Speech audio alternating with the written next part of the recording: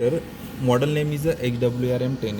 It is measure the winding resistance of the transformer. Okay, at a time 3 channel you can connect here and measure the resistance value. Okay, this is a current channel, this is a voltage channel. You can eject the voltage and measure the voltage across it and find out the resistance value as per Ohm's law. Okay, ठीक है. this is a thermal paper printer. You can take the print after the result. Okay, this is a T1 T2 is a temperature sensor. You can connect here nearby a body and measure the temperature according to resistance value. This is a OLTC probe. This is a single phase power supply. You can feed here. Okay, emergency SIM and earthing. This is a navigation key for operating. Okay, this is a first is a test winding resistance. इसमें क्या होगा आपका, जैसे कि आपका test winding resistance है तो मैं आपका क्लिक करूँगा, उसमें आपको करंट सेट करना है. जैसे ही मॉडल नेम लिखा है तो मैक्सिमम हमारा 25 एम्प्स तक हम प्रोवाइड करते हैं. अभी हमारा करंट है 10 एम्प्स तक.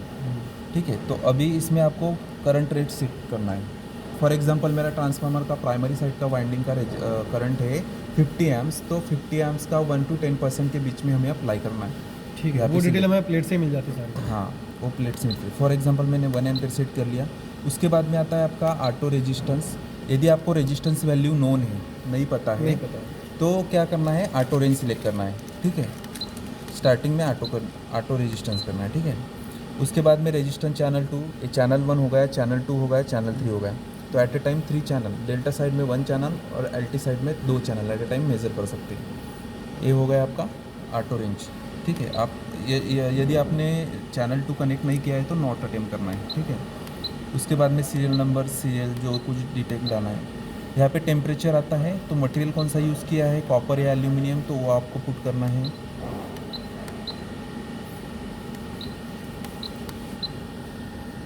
जो वाइंडिंग का मटेरियल है ना, तो आपको एल्यूमिनियम या कॉपर है, कॉपर तो कॉपर पुट करना है. टेम्परेचर सेंसर प्रोब कौन सा कनेक्ट किया है वो आपको यहाँ पे डिस्प्ले 1 कनेक्ट किया है तो ये ऐसे करना है. ठीक है, ठीक है.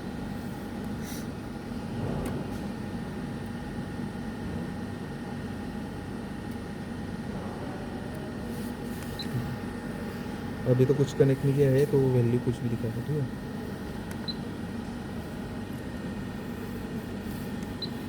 है, ए वाला आपका हो गया वाइंडिंग रेजिस्टेंस टेस्ट. ठीक है, उसके बाद में आता है, इसको हम प्राइमरी में अप्लाई करते हैं सेकेंडरी में, या दोनों तरफ करना पड़ेगा? क्या वाइंडिंग का जो रेजिस्टेंस हमें लेना है, आप प्राइमरी का कर सकते हैं, सेकेंडरी का.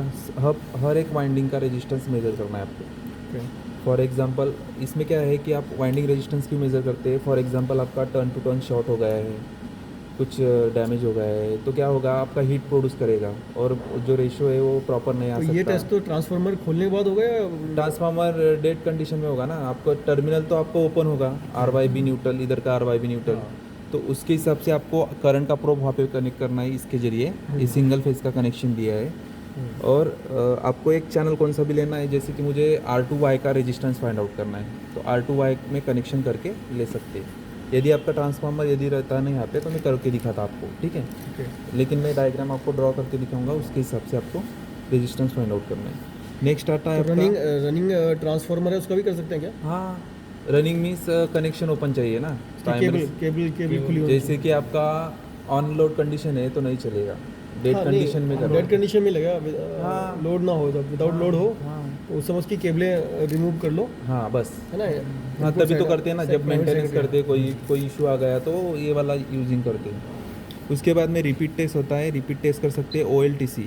हर एक टैप का वाइंडिंग रेजिस्टेंस आप फाइंड आउट कर सकते हैं. जो मैंने प्रोब बताया अभी, ये वाला प्रोब, उसके हिसाब से. जो ट्रांसफार्मर का जैसे कि हमारा प्राइमरी साइड में है, हाँ, RYB, वहीं पे अपने क्लिप लगा देंगे. हाँ, RY में कनेक्ट कर दो तो RY का आ जाएगा, YB का करोगे तो 2 क्लिप है इसकी बेसिकली ना. हाँ, तो जैसे हम RY का करें तो RY के बीच का रेजिस्टेंस आ जाएगा, YB करेंगे तो भी उसका आ जाएगा. हाँ, यस. जैसा कनेक्शन वैसा आपका रेजिस्टेंस फाइंड आउट होगा.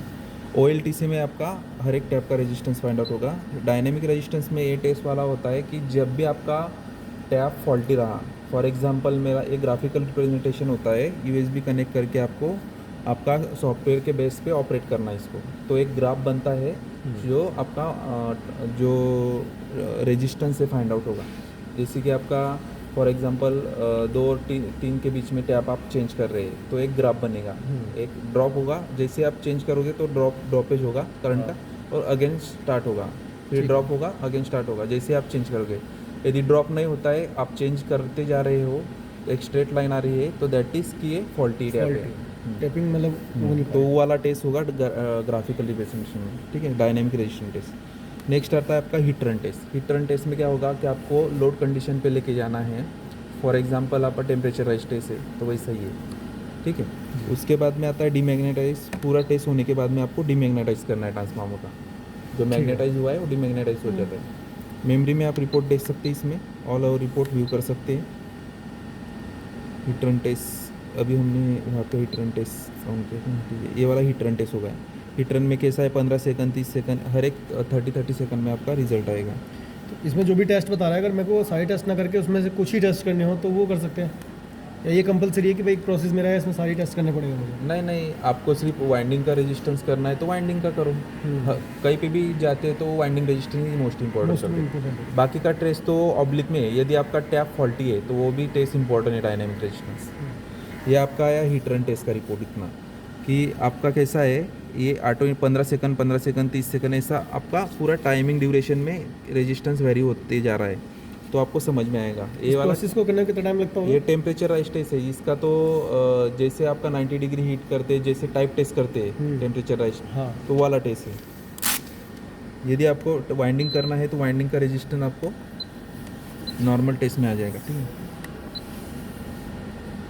ये वाला आपका ये हुआ, ये आपको रेजिस्टेंस वैल्यू ये भी आपको जरूरत है। ये आपको कैलकुलेट करना है सिर्फ वाइंडिंग रेजिस्टेंस, ठीक है। एट अ टाइम हमने 3 चैनल कनेक्ट किया था, तो 3 चैनल का रेजिस्टेंस, चैनल 1 का 1 ओम, ए भी 1 ओम, ए भी 1 ओम, यानी सेम रिजल्ट डिस्प्ले किया था। तो that is tap is a healthy. इसमें आपका यही इतना ही टेस्ट होगा, ठीक है। ठीक है भाई। Yeah.